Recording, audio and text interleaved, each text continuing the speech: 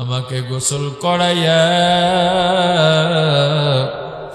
3খানা বা 5খানা সাদা পাতলা কাপড়ের প্যাকেট বানাইয়া মুর্দার খাটে উঠাইয়া জানাজা দিয়া 4 জনে কাঁধে নিয়ে কবরের দিকে রওনা হয়। আমার ছোট ছোট ছেলে মেয়েগুলো পেছনে পেছনে দৌড়ায় আর আমাকে আব্বু আব্বু বলে ডাকে। সন্তানের ডাকে সাড়া দেওয়ার শক্তি আমার নাই। আমার বিবি ঘরের ফ্লোরে গড়াগড়ি করে কাঁদে। আমার মা বাড়ির দরজায় গাছের আড়ালে দাঁড়াইয়া আমার লাশের দিকে তাকাইয়া তাকাইয়া কাঁদে। আমাকে কবরের মধ্যে রেখে মাথার মুষ্টি খুলে পায়ের বাঁধন খুলে উঠে গেল সবাই বাঁশের চালি দিয়া। কলা পাতা বিছাইয়া সবাই মাটি দিয়া চলে যায়।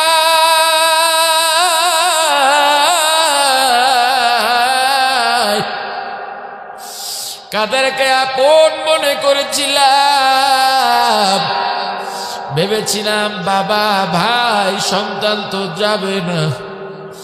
বন্ধুর জন্যে কত কিছু করলাম, বন্ধু বুঝি আমাকে ছেড়ে যাবে না। বন্ধুও তো চলে গেল, বাবাও তো চলে গেল, ভাই তো চলে গেল, সন্তানও চলে গেল। মনে মনে চিন্তা করেন ওই কবরে আমার কি অবস্থা হবে।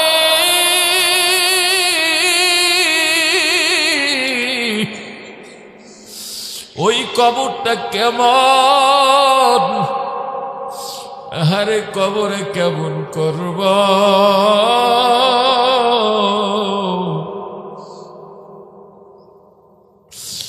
পাগল মন আমার তুমি কারলা গিয়া করলা রে সুখের ঘর।